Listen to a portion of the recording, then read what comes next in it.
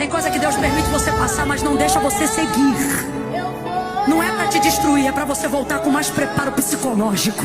Jó disse assim: o mal que eu temia foi o que me sobreveio. Normalmente acontece contigo as coisas que você menos deseja que aconteça. É Deus dizendo: sou eu que faço todas as coisas.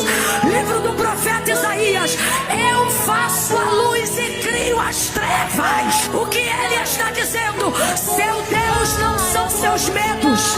Eu percebi por esses dias que você respeitava mais teus medos do que eu. Você era mais submissa aos teus bloqueios do que eu. Aí sabe o que eu fiz? Peguei uma marreta no bloqueio do teu medo